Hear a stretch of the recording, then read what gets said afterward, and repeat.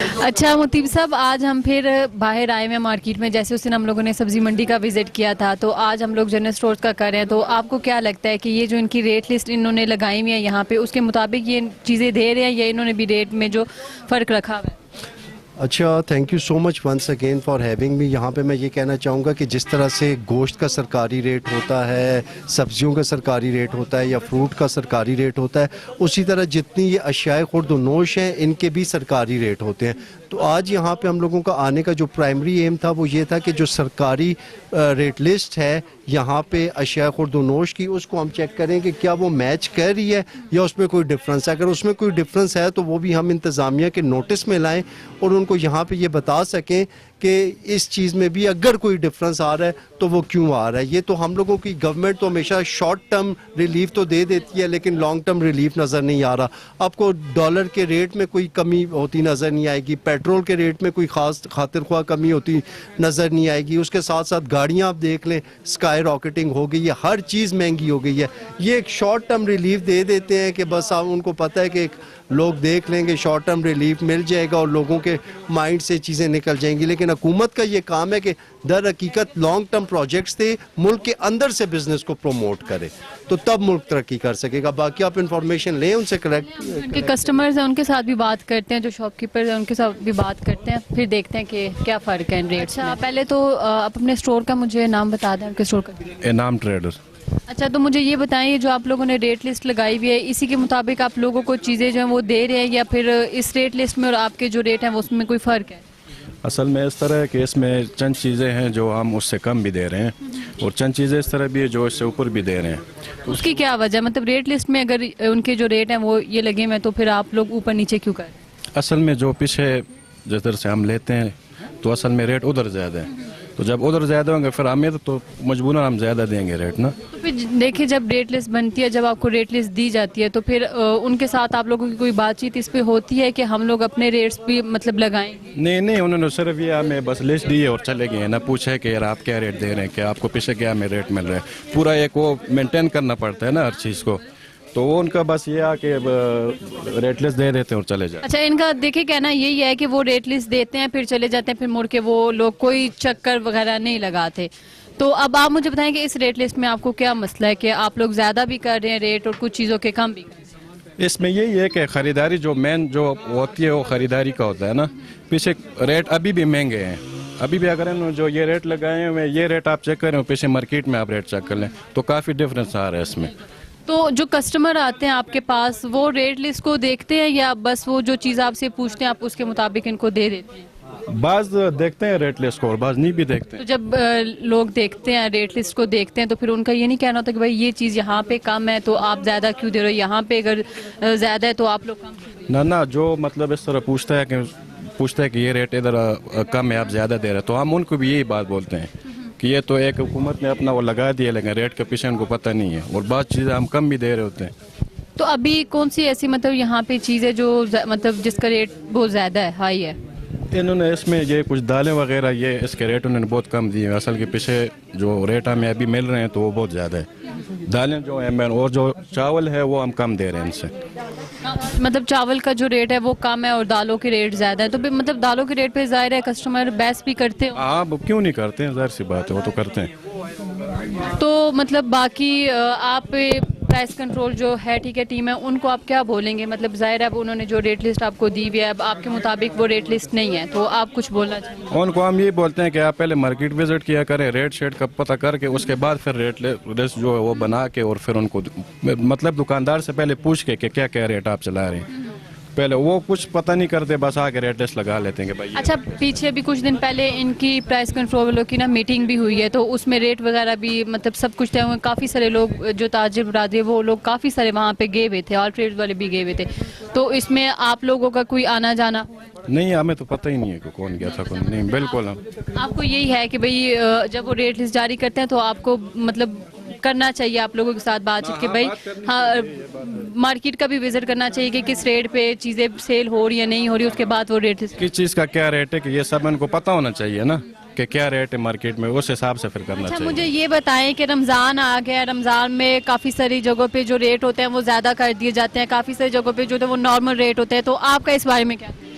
ये मुख्तलिफ हर बंदे का अपना रेट है जी। किसी दुकान पे चले जाएं उसका अलग रेट है, उसी के साथ जुड़ी दूसरी दुकान पे चले जाएं तो उसका अपना रेट है। यहाँ पे हर एक का अपना रेट है जी, यहाँ पे कोई चेक बैलेंस नहीं है। दूसरा ये ट्रैफिक आपके सामने, ये देखें अभी ये गाड़ियाँ ये जो रास्ते में लगाई हुई है, पता भी है इनको कि रमज़ान का महीना है, किसी को तकलीफ नहीं देनी है, लेकिन हर एक बंदा कोई भी, जिस तरह अभी ये देखें वो गाड़ी वाला दूसरी को देखें, दही वाले के पास जाएं, दूध वाले के पास जाएं, हर एक का अपना रेट है। गोश्त वाले के पास चले जाएं तो उनके पास रेट लिस्ट और होती है, उस रेट पे ना उन्होंने कभी दिए है तो ना वो कभी देंगे जी। शुक्रिया। अच्छा, मतलब आप रमज़ान के हवाले से कोई लोगों को मैसेज देंगे, खास हमारे पाकिस्तान को, कि मतलब पाकिस्तान में जब रमज़ान आता है तो हर जगह पे मतलब महंगाई हो जाती है, जबकि बाहर मुल्कों की अगर बात की जाए तो वहाँ पे ये सीन नहीं होता है, वहाँ पे और मज़ीद ज़्यादा काम किया जाता है और ऊपर से उनको पैकेजेस भी दे दिए जाते हैं। तो इस हवाले से आप पाकिस्तानी को क्या मैसेज? हम तो यही चाहते हैं ना जी कि ये हमारा जो है कलमे के ऊपर बना हुआ मुल्क है, तो हम सब यहाँ पे मुसलमान रहते हैं। अगर एक महीना हम मुनाफा अगर नहीं भी कमाएंगे तो कई लोगों को जो इस तरह करते हैं कि मुनाफाखोरी, बाज़ लोग तो ऐसे हैं जो चीज़ें स्टॉक कर लेते हैं कि हम रमज़ान में महंगी बेचेंगे। तो हमें तो यही चाहिए कि भाई जिस तरह भी हम और इबादत करते हैं तो ये भी एक इबादत है। अगर इसको ताजर समझे कि अपना मुनाफा जायज़ रख के अगर वो बेचे तो उसके ऊपर उसको भी फ़ायदा है, दुनिया आखिरत का फ़ायदा है, तो करना भी चाहिए। जिस तरह बाहर के ममालिक में होता है, उनका कोई त्यौहार होता है तो वो अपनी कीमत जो है वो काफ़ी कम कर देते हैं, तो यहाँ के लोगों को भी चाहिए कि उनको नहीं, वो मुसलमानों का, अगर बाहर कोई मुसलमान है वहाँ पे तो वहाँ पे उनका भी वो ज़्यादा ख्याल रखा जाता है, खासकर रमज़ान में। बिल्कुल रमज़ान में। अभी हमारे साथ पड़ोसी जो इंडिया का मुल्क है, अभी मैं उसकी कुछ टाइम पहले देख रहा था, वहाँ पे सब्जी और फ्रूट का रेट बहुत कम है बनिस्बत हमारे इस पाकिस्तान की, आधे से भी ज़्यादा रेट उनका हर चीज़ का कम है। तो वहाँ के जो लोग हैं वो भी यही चाहते हैं कि भाई जिस तरह वहाँ के लोगों का रेट कम है और यहाँ का भी होना चाहिए। अभी देखें जैसे ये लोगों ने की है, यहाँ पे खरीदारी की, उन्होंने चीज़ें ली हैं। पहले तो मुझे ये बताएं कि जो बेसन उन्होंने लिया है इसकी क्वालिटी क्या है और इसके जो रेट है वो क्या रेट है? एक तो जो इधर जितना भी हमारे प्रोडक्ट्स वगैरह हैं, एक तो ये दुकान वालों के लिए जो भी आता है लेने के लिए उनको होलसेल रेट पे दिए जाते हैं, सबके लिए एक जैसा रेट है। जैसे कि अभी अगर ये चना है, ये अगर हमारे पास ये चना 8 mm है, ये अगर हम इधर 360 रुपये किलो दे रहे हैं तो बाहर ये तकरीबन 390-400 रुपये किलो बिक रहा है ये वाला। 60 रुपये दे रहे हैं, तो यहाँ पे तो ये 345 आपकी रेट। नहीं, इधर 345 है, अभी जो इसका रेट चल रहा है वो 360 है। अभी आप 360 पे दे रही है, 345 कौन सा चने का आपके पास रेट? 8 mm हमारे पास तो तकरीबन यही रेट चल रहा है, 360 चल रहा है अभी। नहीं, मैंने अभी आपकी प्राइस लिस्ट पे भी देखा है, आप खुद भी देख सकते हैं कि वहाँ पे 345 रुपये। वो उसका कंफर्म नहीं है मुझे रेट वगैरह का, लेकिन अभी जो रेट चल रहा है वो तकरीबन। और बेसन की मतलब क्या प्राइस वगैरह आपके पास चल रही है? मुख्तलिफ आ जाता है, मुख्तलिफ क्वालिटीज़ में आ जाता है। 200 से शुरू होता है, 240 पे जाता है, 300 जाता है, 320 तक जाता है। फिर इस तरह से मुख्तलिफ, जैसे मटर के दाने का बनता है उसका अलग रेट होता है, फिर चने का बनता है उसका अलग रेट, चने की दाल का अलग रेट होता है। इस तरह से मुख्तलिफ। अच्छा, आपके पास जो बासमती चावल का इस टाइम रेट क्या है? हमारे पास बासमती चावल जो है ना वो 280 और 300 तैनात वाला जी। मतलब इतने रेट पे ये आप लोगों को दे रहे हैं। जो रेट लिस्ट में आपका जो इसका रेट है चावल का वो क्या है? रेट लिस्ट में भी यही 280 315 तक है तकरीबन। मतलब आप लोगों को कम दे रहे हैं? जी, रेट कम। हम होलसेल रेट पे देते हैं ना, होलसेल रेट पे। तो ये जो बेसन है इसकी प्राइस मतलब कहाँ से शुरू होकर कहाँ तक जाती है? बेसन असल में जो इस वक्त सुप्रीम दाल का रेट चल रहा है ना वो तो 320 से अबव है।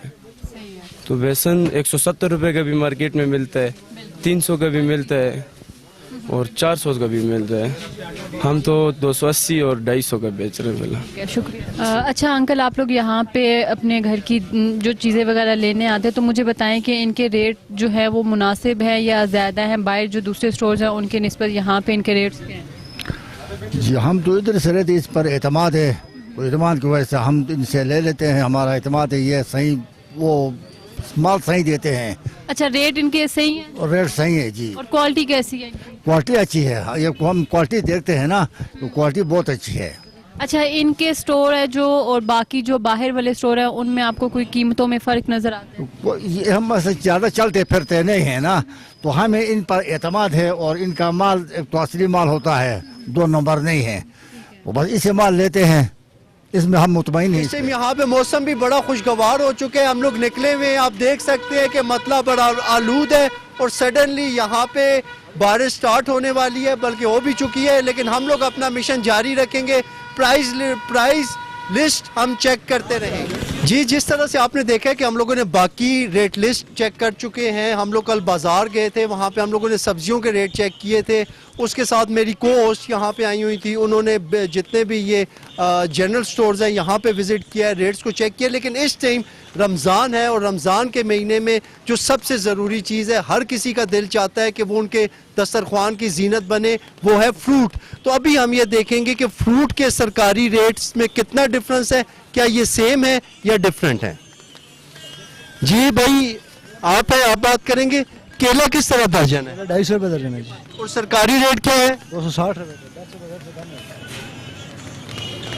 260 रुपए, ठीक है। ये अवल और दोम, अवल जो है 260 रुपए, यही जो 260 रुपए यही आप दे रहे हैं? अच्छा, बिल्कुल ठीक है। उसके बाद स्ट्रॉबेरी का क्या रेट है? स्ट्रॉबेरी 150 की पाव है जी, 500 रुपये किलो है जी। 500 रुपए किलो है। और उसके अलावा किनू? किन्नू 250 रुपये दर्जन भी है, 300 रुपये दर्जन भी है।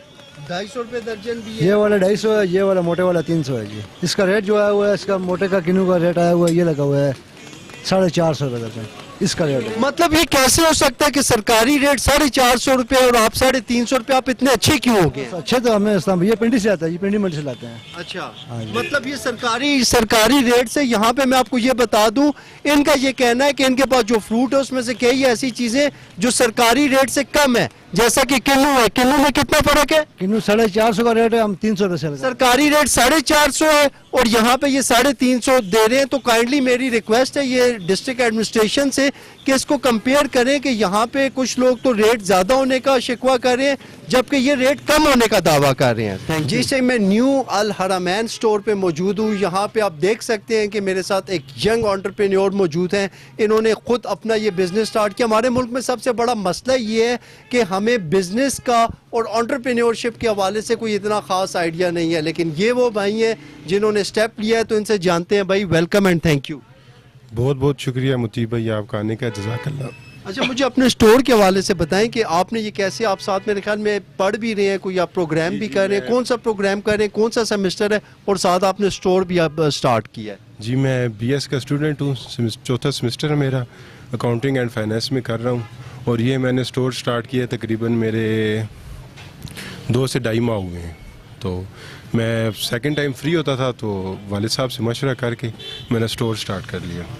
जी, जबरदस्त। आप देख सकते हैं ऐसे लोग जो पढ़ भी रहे हैं और साथ अपना बिजनेस भी चला रहे हैं। It's not a piece of a cake कि इतना आसान नहीं होता मैनेज करना, लेकिन उसके बावजूद मेरे इस भाई ने अपनी एजुकेशन के साथ, आप ये देखें कि एक जनरल स्टोर का भी साथ आगाज किया हुआ है। तो इनको जितना अप्रिशिएट कर सकते हैं ज़रूर कीजिएगा। सर, रेट के हवाले से बताएं कि क्या जो गवर्नमेंट की प्राइस लिस्ट है, चावल हो गए, घी हो गई, आटा हो गया, चीनी हो गई, दालें हो गई, या जो भी अशिया खुर्द-ओ-नोश है, वो सरकारी रेट लिस्ट के मुताबिक बिक रही है? जी बिल्कुल, सारी चीज़ें हम गवर्नमेंट का जो रेट होता है उसके ऊपर देते हैं।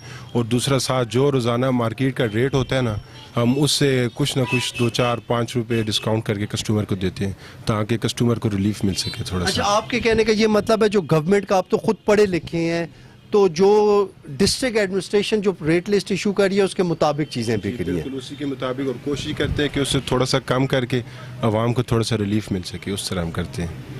जी।